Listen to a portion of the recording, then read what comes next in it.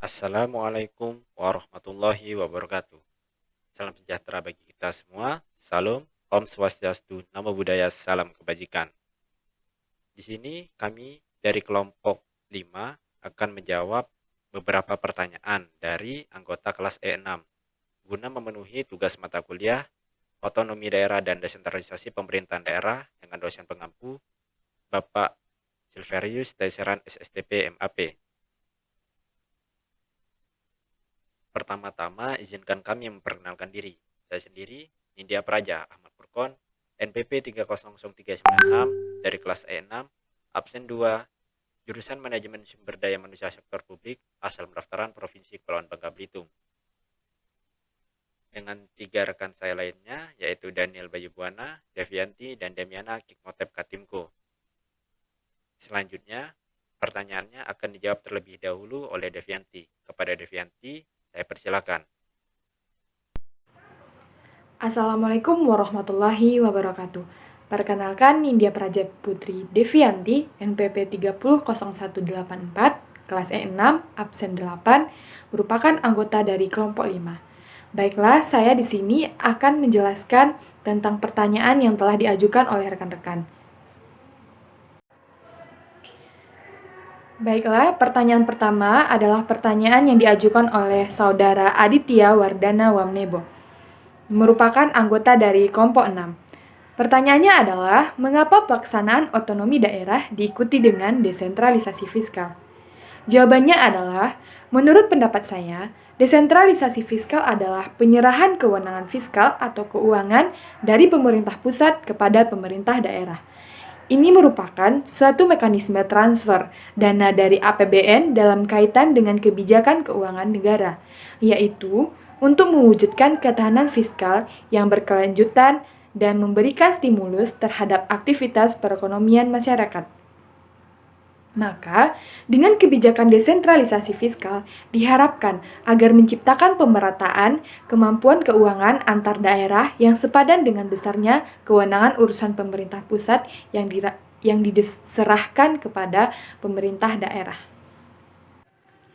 Maka, desentralisasi fiskal berperan penting dalam pelaksanaan otonomi daerah di Indonesia sebagai sarana mempercepat terciptanya kesejahteraan masyarakat secara mandiri, sesuai dengan potensi daerah meskipun masih terdapat banyak kendala. Pertanyaan selanjutnya adalah pertanyaan yang diajukan oleh Alih Aman Hasibuan kelompok 1. Pertanyaannya adalah, bagaimana konsep desentralisasi yang dijalankan di negara Indonesia beserta sebutkan dasar hukum yang mengatur tentang desentralisasi. Secara umum, konsep desentralisasi terdiri atas desentralisasi politik, desentralisasi administratif, desentralisasi fiskal, beserta desentralisasi ekonomi. Desentralisasi dijalankan di Indonesia sebagai sebuah instrumen untuk mencapai salah satu tujuan negara, yaitu terutama memberikan pelayanan publik yang lebih baik dan menciptakan proses pengambilan keputusan publik yang lebih demokratis. Dengan desentralisasi akan diwujudkan dalam pelimpahan kewenangan kepada tingkat pemerintahan yang lebih rendah untuk melakukan pembelanjaan, kewenangan untuk memungut pajak, terwujudnya dewan yang dipilih oleh rakyat, kepala daerah yang dipilih oleh DPRD, dan adanya bantuan dalam bentuk transfer dari pemerintah pusat. Adapun dasar hukum yang mengatur tentang desentralisasi adalah yang pertama Undang-Undang NKRI tahun 1945, yang dimana di dalam undang-undang ini terdapat pasal-pasal serta bab yang membahas mengenai pemerintahan daerah.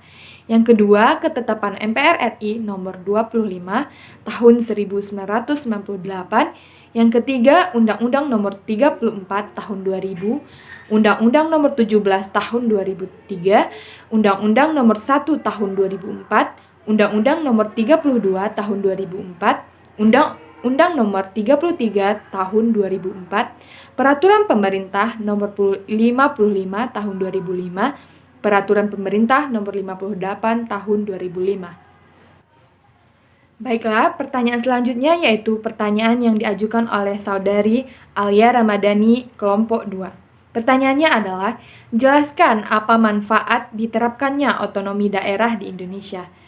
Jawabannya adalah beberapa manfaat otonomi daerah sebagai berikut. Yang pertama, pelaksanaan pemerintah tidak terfokus di pusat sehingga diharapkan aturan-aturan yang disusun oleh pemerintah daerah akan lebih sesuai dengan kebutuhan wilayah dan karakter masyarakatnya masing-masing. Yang kedua, pemerintah daerah lebih leluasa mengelola aspek hidup di wilayahnya, asalkan tetap berpedoman pada aturan yang sudah ditentukan oleh pusat. Yang ketiga, dalam pelaksanaan pemerintahan sehari-hari, pemerintah daerah dapat ikut berperan serta dalam pengelolaan pemerintahan pusat dengan mengacu pada kondisi wilayah masing-masing. Yang keempat, mempermudah administrasi pemerintahan karena pemerintah daerah mendapatkan kewenangannya sendiri. Yang kelima, lembaga-lembaga masyarakat setempat yang ada bisa lebih dilibatkan sehingga akan berfungsi dengan baik untuk kepentingan bersama. Yang keenam adalah kesejahteraan masyarakat dapat lebih ditingkatkan dengan aturan yang sesuai. Mengingat masyarakat Indonesia adalah masyarakat yang heterogen yang memiliki kondisi, latar belakang, dan tradisi yang berbeda satu sama lain. Yang ketujuh, perputaran barang dan jasa dapat lebih lancar di daerah karena diatur dengan birokrasi yang lebih sederhana. Yang kedelapan, mampu lebih menarik investor untuk berinvestasi di daerah yang bersangkutan.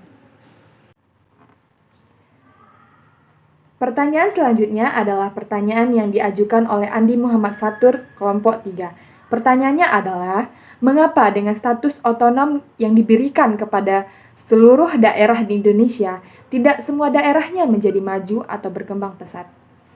Jawabannya adalah, menurut pendapat saya, dalam konsep otonomi daerah, pemerintah dan masyarakat di suatu daerah memiliki peranan yang penting dalam peningkatan kualitas pembangunan di daerahnya masing-masing. Hal ini terutama disebabkan karena dalam otonomi daerah terjadi peralihan kewenangan yang pada awalnya diselenggarakan oleh pemerintah pusat kini menjadi urusan pemerintah daerah masing-masing. Oleh karena itu, maju atau tidaknya daerah di Indonesia tergantung kepada pemerintah dan masyarakatnya sendiri. Apabila kerjasama pengelolaan daerah antar masyarakat dan pemerintah berjalan baik, maka akan membuahkan hasil yang bagus yang mengarahkan kepada kemajuan bagi daerahnya. Tetapi sebaliknya, jika pengelolaan daerah tidak bagus dan masyarakat dan pemerintah tidak bekerjasama dengan baik, maka daerah itu akan sulit untuk menjadi daerah yang maju. Pertanyaan selanjutnya adalah pertanyaan yang diajukan oleh Angelina Marvella Kome, kelompok 6. Pertanyaannya adalah, dalam filosofi desentralisasi dan otonomi daerah, apakah ada perbedaan dari kedua hal tersebut dan jelaskan? Jawabannya adalah, menurut pendapat saya, di Indonesia, pemerintah daerah menggunakan sistem ekonomi di daerah untuk mengatur wilayahnya. Singkatnya, otonomi daerah adalah kebijakan untuk mengatur daerahnya sendiri. Memberikan otonomi kepada daerah-daerah di Indonesia diharapkan mampu mewujudkan sistem negara yang lebih efektif. Selain otonomi daerah, sistem lainnya adalah desentralisasi. Salah satu faktor yang menyebabkan pemerintah Indonesia menggunakan sistem ini adalah jumlah penduduk yang banyak, keberagaman bangsa Indonesia, wilayah yang luas dengan pulau-pulau, dasar negara dan konstitusi yang menghendaki negara demokratis, serta efisiensi penyelenggaraan pemerintahan. Pertanyaan terakhir adalah pertanyaan yang diajukan oleh Erwinda Happy Exita, kelompok 4. Pertanyaannya adalah, jelaskan sistem desentralisasi pada masa penjajahan Jepang dan desentralisasi pada masa sekarang. Baiklah, di sini saya akan menjelaskan tentang filosofi desentralisasi pada masa Jepang. Pada masa penjajahan Jepang, berakhirnya desentralisasi dan otonomi daerah, masa penjajahan Belanda ditandai dengan tergantinya rezim kolonialisme Hindia Belanda oleh Jepang. Hal ini dapat dijelaskan melalui berbagai perubahan bentuk pemerintahan yang telah ada pada masa penjajahan Hindia Belanda oleh pemerintah Jepang dengan perubahan yang mendasar seperti struktur pemerintahan sebelum masuknya Jepang terdiri atas gubernur jenderal, gubernur, residen dan controller, kosunan, bupati, wedana, dan asisten wedana. Kemudian diubah menjadi struktur yang lebih bersifat teritorial yang dibagi ke dalam 3 komando. oleh pemerintahan Jepang, yaitu yang pertama, Sumatera di bawah Komando Panglima Angkatan Darat 25 yang berkedudukan di Bukit Tinggi. Yang kedua, Jawa dan Madura berada di bawah Komando Panglima Angkatan 26 yang berkedudukan di Jakarta.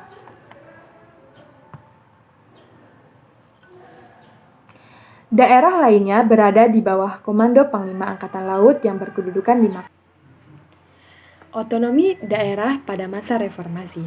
Upaya serius untuk melakukan desentralisasi di Indonesia pada masa reformasi dimulai di tengah krisis-krisis yang melanda Asia dan bertepatan dengan proses pergantian rezim, dari rezim otoritarian ke rezim yang lebih demokratis.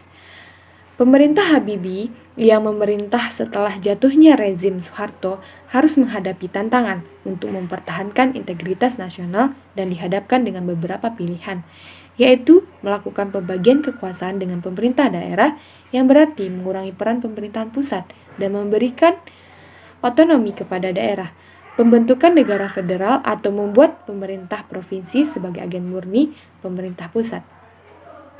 Ini, pemerintah Habibie memberlakukan dasar hukum desentralisasi yang baru untuk menggantikan Undang-Undang Nomor 5 Tahun 1974, yaitu dengan memberlakukan Undang-Undang Nomor 22 Tahun 1999 tentang pemerintah daerah dan Undang-Undang Nomor 25 Tahun 1999 tentang perimbangan keuangan antara pemerintah pusat dan pemerintah daerah. Beberapa hal yang mendasari mengenai otonomi daerah dalam Undang-Undang Nomor 22 Tahun 1999 tentang pemerintah daerah yang sangat berbeda dan digunakan hingga sekarang. Baiklah, itulah jawaban-jawaban yang dapat saya berikan untuk pertanyaan-pertanyaan yang telah diberikan rekan-rekan. Semoga jawaban yang saya berikan dapat dipahami. Dan sekian, terima kasih. Saya ucapkan kurang dan lebihnya mohon maaf. Assalamualaikum warahmatullahi wabarakatuh. Baiklah, pertanyaan selanjutnya akan dijawab oleh Daniel Bayu Buana. Kepada Daniel, saya persilakan. Jawaban untuk soal nomor 11. Penerapan desentralisasi seyogyanya mempermudah pemerintah dalam melaksanakan proses administrasi sampai ke daerah pelosok dengan penyerahan wewenang dari pemerintah pusat kepada daerah. Tetapi hal ini bertentangan dengan fungsi utama desentralisasi, yang mana faktor yang berkaitan dengan moral menyebabkan korupsi yang berkaitan dengan administrasi pemerintahan yang rumit, peraturan yang berbelit-belit dan tidak jelas, hierarki organisasi yang terlalu kaku, dan persaingan politik dapat menyebabkan seorang pejabat terjebak dalam tindakan yang dipersepsikan sebagai korupsi. Kondisi ini diperparah oleh lemahnya perilaku dan komitmen aparat penegak hukum dalam pemberantasan korupsi. Ketiadaan sistem yang terintegrasi dalam strategi pemberantasan korupsi menyebabkan aksi pemberantasan korupsi tidak berjalan efektif. Oleh karena itu, diperlukan formulasi alternatif kebijakan pemberantasan korupsi yang komprehensif, berdasarkan pada asas akuntabilitas dan partisipasi publik, sehingga dapat disimpulkan bahwasanya penerapan desentralisasi akan berjalan sesuai apabila penggerak yang dalam hal ini pemangku kepentingan atau pemerintahan mempunyai kesadaran akan tugas dan tanggung jawabnya.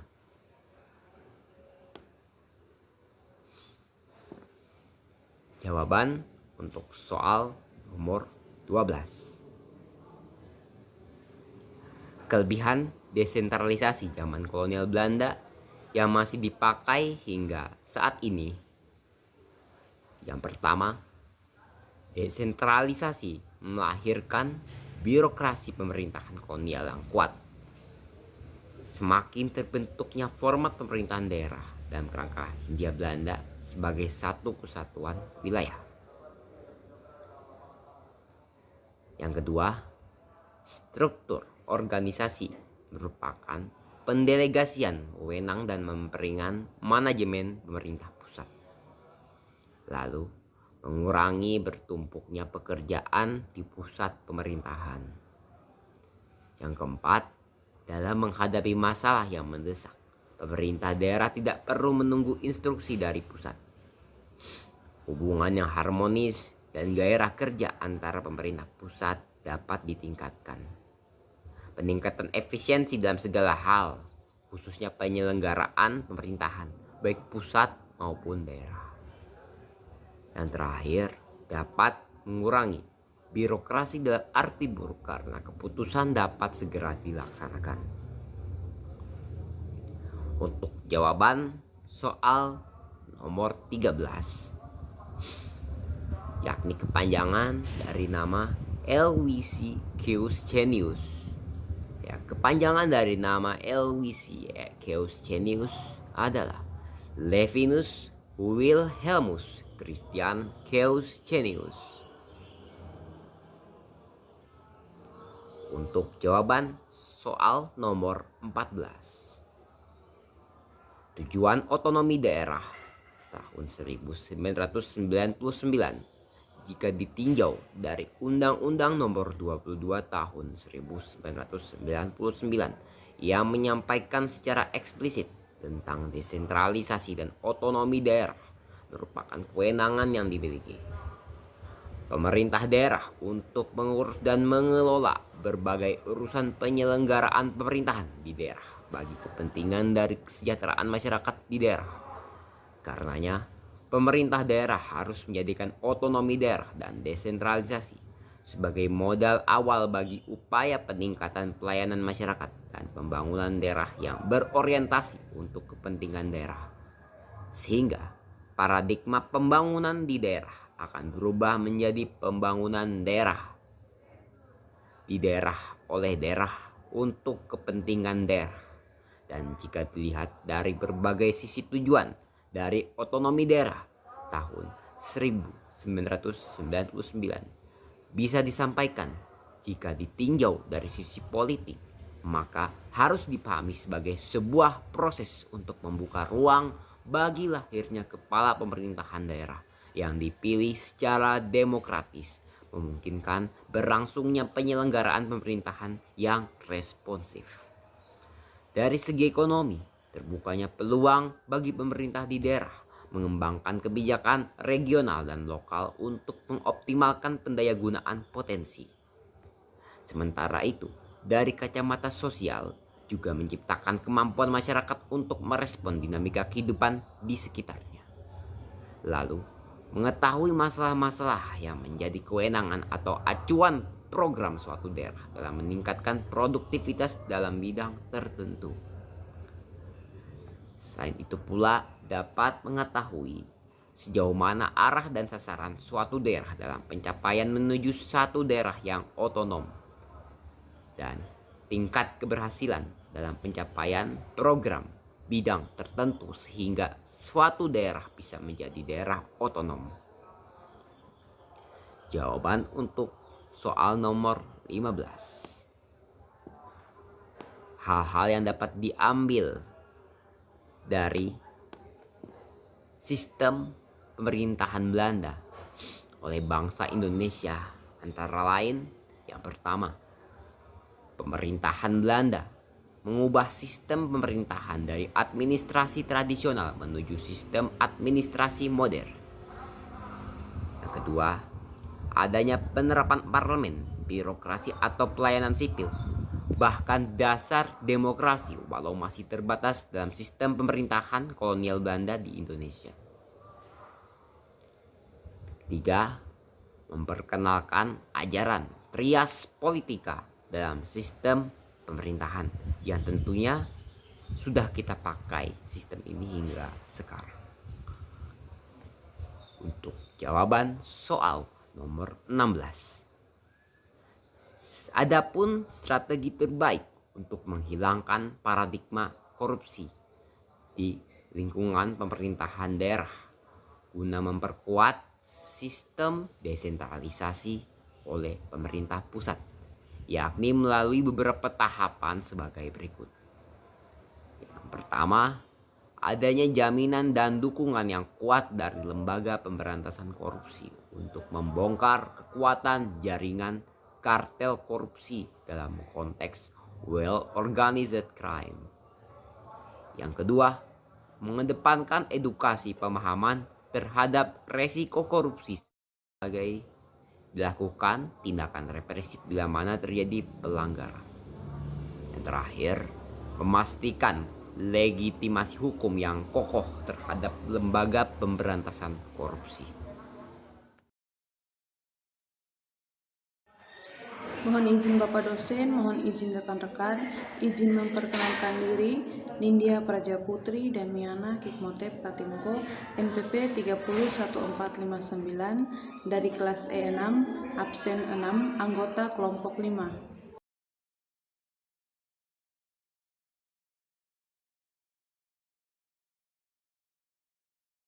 Baik, langsung saja saya akan menjawab pertanyaan yang diberikan oleh kelompok 1 yang diwakilkan oleh Lisna Agustina.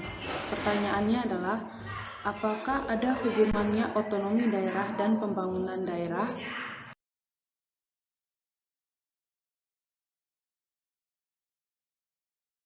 Jawabannya adalah, otonomi daerah adalah kewenangan yang dimiliki oleh pemerintah daerah untuk menguasai, mengelola, dan memanfaatkan potensi daerah selama aset tersebut tidak berkaitan dengan kepentingan nasional. Kemudian, pembangunan daerah adalah pembangunan yang dilaksanakan oleh pemerintah daerah dengan menggunakan anggaran daerah dan bantuan pusat untuk kepentingan masyarakat lokal. Jadi, hubungan antara pembangunan daerah dengan otonomi daerah adalah pembangunan dapat dilakukan dengan menitik beratkan pada kebutuhan lokal dengan dasar kewenangan otonomi daerah. Jawabannya adalah, pemekaran wilayah dipandang sebagai sebuah terobosan untuk mempercepat pembangunan melalui peningkatan kualitas dan kemudahan memperoleh pelayanan bagi masyarakat. Kemudian, pemekaran wilayah juga merupakan bagian dari upaya untuk meningkatkan kemampuan pemerintah daerah dalam memperpendek rentang kendali pemerintah sehingga meningkatkan efektivitas penyelenggaraan pemerintah dan pengelolaan pembangunan. Kemudian, pemekaran wilayah juga diharapkan dapat menciptakan kemandirian daerah sebagai salah satu kunci kebersihan otonomi daerah. Jawabannya adalah, terdapat beberapa sanksi, yaitu dapat berupa penundaan data alokasi umum atau DAU, serta dana bagi hasil, kewajiban mengikuti pembinaan khusus bidang pemerintahan, pemberhentian sementara hingga pemberhentian permanen, dengan berlaku Peraturan Pemerintah Nomor 12 Tahun 2017 ini, maka aturan sebelumnya yang mengatur pembinaan dan pengawasan penyelenggaraan pemerintah daerah.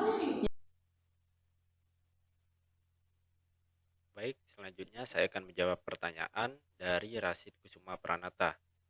Pertanyaannya yaitu, mengapa dengan status ekonomi daerah yang diberikan kepada seluruh daerah di Indonesia, tidak semua daerah bisa maju? Jelaskan menurut pendapat kelompok kalian. Nah, untuk jawabannya yaitu, dalam konsep otonomi daerah, pemerintah dan masyarakat di suatu daerah memiliki peranan yang penting dalam peningkatan kualitas pembangunan di daerahnya masing-masing. Hal ini terutama disebabkan karena dalam otonomi daerah terjadi peralihan kewenangan yang pada awalnya diselenggarakan oleh pemerintah pusat, kini menjadi urusan pemerintahan daerah masing-masing. Ilmu hukum tidak dapat terlepas dari dinamika politik dan kondisi geografis. Ia menjelaskan bahwa selain faktor geografis yang mempengaruhi sumber daya, baik manusia maupun alam, faktor kapasitas dan kapabilitasnya kepemimpinan juga berpengaruh terhadap majunya suatu daerah. Karena tanpa pemimpin yang cakap, sulit bagi suatu daerah untuk dapat memanfaatkan sumber daya yang dimilikinya. Jadi kalau menurut pendapat kelompok kami itu, kalau ini secara singkatnya ya, otonomi daerah itu dapat berkembang atau dapat maju di suatu daerah kalau sumber dayanya itu baik, SDM-nya baik, dan pemimpin di sana dapat mengolah SDM maupun SDA-nya secara baik ataupun teratur. Selanjutnya yaitu untuk pertanyaan Risang. Apakah pemerintah daerah satu dengan pemerintah daerah lainnya dapat bekerja sama dalam mengatasi permasalahan yang terjadi di masyarakat? Jawabannya yaitu menurut Undang-Undang Nomor 23 Tahun 2014 tentang pemerintahan daerah telah menegaskan bahwa kerjasama daerah dilaksanakan untuk meningkatkan kesejahteraan rakyat. Daerah dapat mengadakan kerjasama yang didasarkan pada pertimbangan efisiensi dan efektivitas pelayanan publik, serta saling menguntungkan. Kerjasama daerah dapat dilakukan dengan daerah lain, pihak ketiga, dan pemerintah daerah atau lembaga di luar negeri. Penyelenggaraan kerjasama daerah juga dimaksudkan sebagai sarana untuk lebih memantapkan hubungan dan keterikatan daerah yang satu dengan daerah yang lainnya dalam kerangka Negara Kesatuan Republik Indonesia, menyerasikan pembangunan daerah, menyinergikan potensi antar daerah, daerah dengan pihak ketiga, dan daerah dengan pemerintah daerah atau lembaga di luar negeri, serta meningkatkan pertukaran pengetahuan, teknologi, dan kapasitas fiskal daerah. Jadi, kerjasama antar daerah itu boleh, ada undang-undangnya juga. Dan juga diatur dalam peraturan pemerintah, yaitu pada nomor 28 tahun 2014 tentang kerjasama daerah. Jadi Risang bisa buka di situ tentang kerjasama daerah, itu pada peraturan pemerintah nomor 28 tahun 2014. Selanjutnya yaitu pertanyaan dari Stefano Putra Tarigan. Apa yang dilakukan pemerintah pusat terhadap pemerintah daerah apabila gagal menjalankan otonomi daerahnya dengan baik? Nah, jawabannya itu yang dilakukan pemerintah pusat yaitu melakukan evaluasi pada bagian daerah yang gagal dan menjalankan reformasi birokrasi. Mengapa? Karena pelaksanaan otonomi daerah yang baik tidak bisa lepas dari peran birokrasi. Bila birokrasi belum baik, maka desentralisasi dan otonomi daerah pun tidak akan bisa dilaksanakan secara maksimal dan berakibat gagal. Jadi pemerintah pusat itu harus melakukan evaluasi dulu kepada daerah yang otonominya gagal. Apa permasalahan di situ, kenapa bisa gagal? Setelah itu baru dilakukan reformasi, apa yang perlu diperbaiki sehingga otonomi yang diberikan pun dapat berjalan dengan baik. Selanjutnya yaitu yang terakhir ada Yunan. Yunan bertanya, yaitu menurut saudara-saudari, apakah keputusan dengan pemberian desentralisasi kepada masing-masing daerah sudah sangat baik atau masih ada kekurangan? Nah, kita harus paham dulu, desentralisasi itu apa? Desentralisasi adalah penyerahan kekuasaan pemerintahan oleh pemerintah pusat kepada daerah otonom berdasarkan asas otonomi. Keuntungan desentralisasi yaitu mengurangi penumpukan pekerjaan pada pemerintah pusat. Menghadapi masalah yang mendesak, daerah tak perlu menunggu instruksi pemerintah pusat karena hak dan wewenangnya sudah diberikan kepada pemerintahan daerah. Yang ketiga itu mengurangi birokrasi yang buruk karena keputusan atau kebijaksanaan dapat segera diambil. Dapat diadakannya pembedaan dan pengkhususan bagi bagian-bagian tertentu. Kelima, daerah otonom yang menerima tadi bisa dijadikan daerah ketenangan.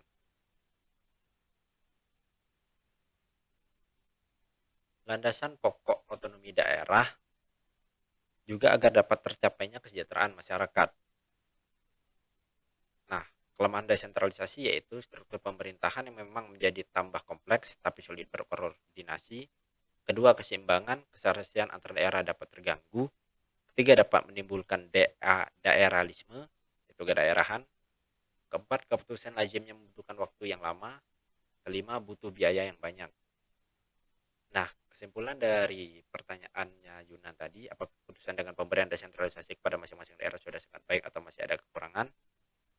Ya, jika daerah tersebut melaksanakan desentralisasinya dengan baik, maka dia akan mendapatkan keuntungan seperti ini, mengurangi penumpukan pekerjaan pada pemerintah pusat, dan lain-lain. Sedangkan jika dia tidak melaksanakan desentralisasinya dengan baik, maka akan terjadi adanya kelemahan pada struktur pemerintahan, jadi tambah kompleks tapi sulit berkoordinasi. Keseimbangan keseharian antar daerah dapat terganggu, dapat menimbulkan daerahalisme atau kedaerahan. Keputusan lazim yang membutuhkan waktu yang lama, butuh biaya yang banyak. Oke, sekian yang dapat kami dari kelompok 5 sampaikan. Lebih dan kurangnya kami meminta maaf. Sekian dari kami. Wassalamualaikum warahmatullahi wabarakatuh.